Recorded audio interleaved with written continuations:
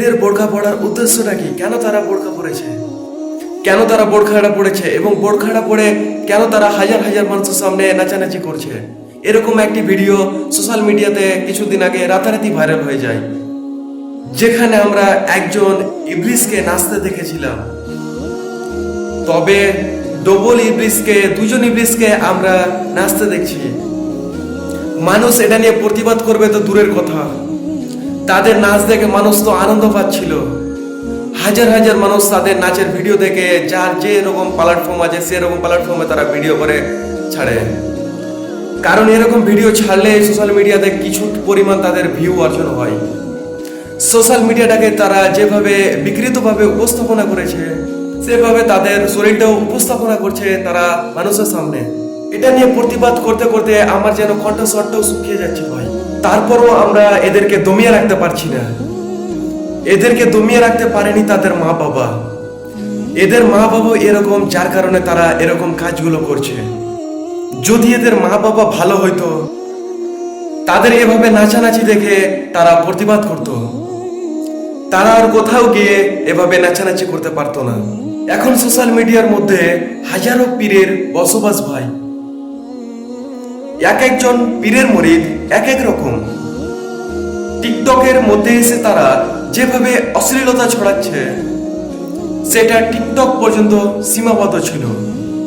Facebook, ইউটিউবের মাধ্যমে আমরা সেরকম ভিডিওগুলো পাচ্ছিলাম না। বর্তমানে ফেসবুক রিলস এবং ইউটিউব শর্ট এখন হয়ে গেছে টিকটকের মতো। এখন সকল টিকটকাররা ফেসবুক, ইউটিউবে এসে একই ভিডিও আপলোড করে যাচ্ছে। তারা একের পর এক নাচানাচি করে যাচ্ছে। একটা বোরকা পরিহিত মেয়েকে আমরা রাস্তা দিয়ে হেঁটে যেতে দেখি, আমরা ভাবি সে মেয়েটা অবশ্যই ভালো, ইসলাম ধর্মটাকে মেনে শুনে অবশ্যই চলে, ইসলাম ধর্ম মেনটেন করে চলে। তবে ওই মেয়েকে বিয়ে করলে অবশ্যই একজন ভালো মেয়ে পাবেন, ভালো বউ পাবেন, এটাই আপনার ধারণা। তবে না ভাই, বোরকা পরা থাকলে সে মেয়েটি দিনদার, সে মেয়েটি ভালো, এমন কোনো বিষয় না। অনেকে ধর্মের জন্য বোরকা পরে, আবার অনেকে নিজের চরিত্র ঢাকার জন্য বোরকা পরে। আমার কতটি লজ্জা লেগেছে এই ভিডিওটা দেখার পর। কখনোই আপনাদের ভাষায় আমি প্রকাশ করতে পারবো না। আমাকে খারাপ লেগেছে বলে আমি এটা নিয়ে ভিডিও বানিয়েছি। আবার অনেকে বলে মেয়েরা নাচছে, মেয়েরা নাচতে পারে, তাদের এটা অধিকার, যা কিছু পারে তারা করতে থাকুক। ভাই, আসলে আপনার অধিকার আছে, আপনি যা কিছু পারেন করতে থাকেন। আপনি যা কিছু করেন এখন তো আপনার ব্যক্তিগত ব্যাপার। কারো ব্যক্তিগত বিষয়ের উপরে আমরা হস্তক্ষেপ করতে পারি না, এটা আমাদের অধিকার নাই।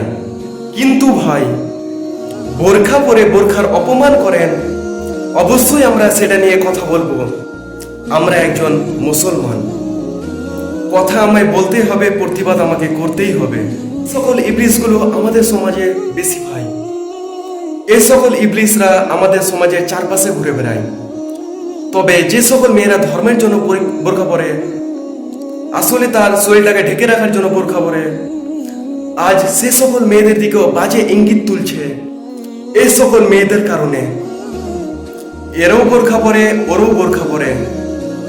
তবে ভালোকে আর খারাপকে বুঝবেন কিভাবে, ইবলিসকে আর মানুষকে, এটা বোঝার জন্য ভাই কোনো ওয়ে নাই।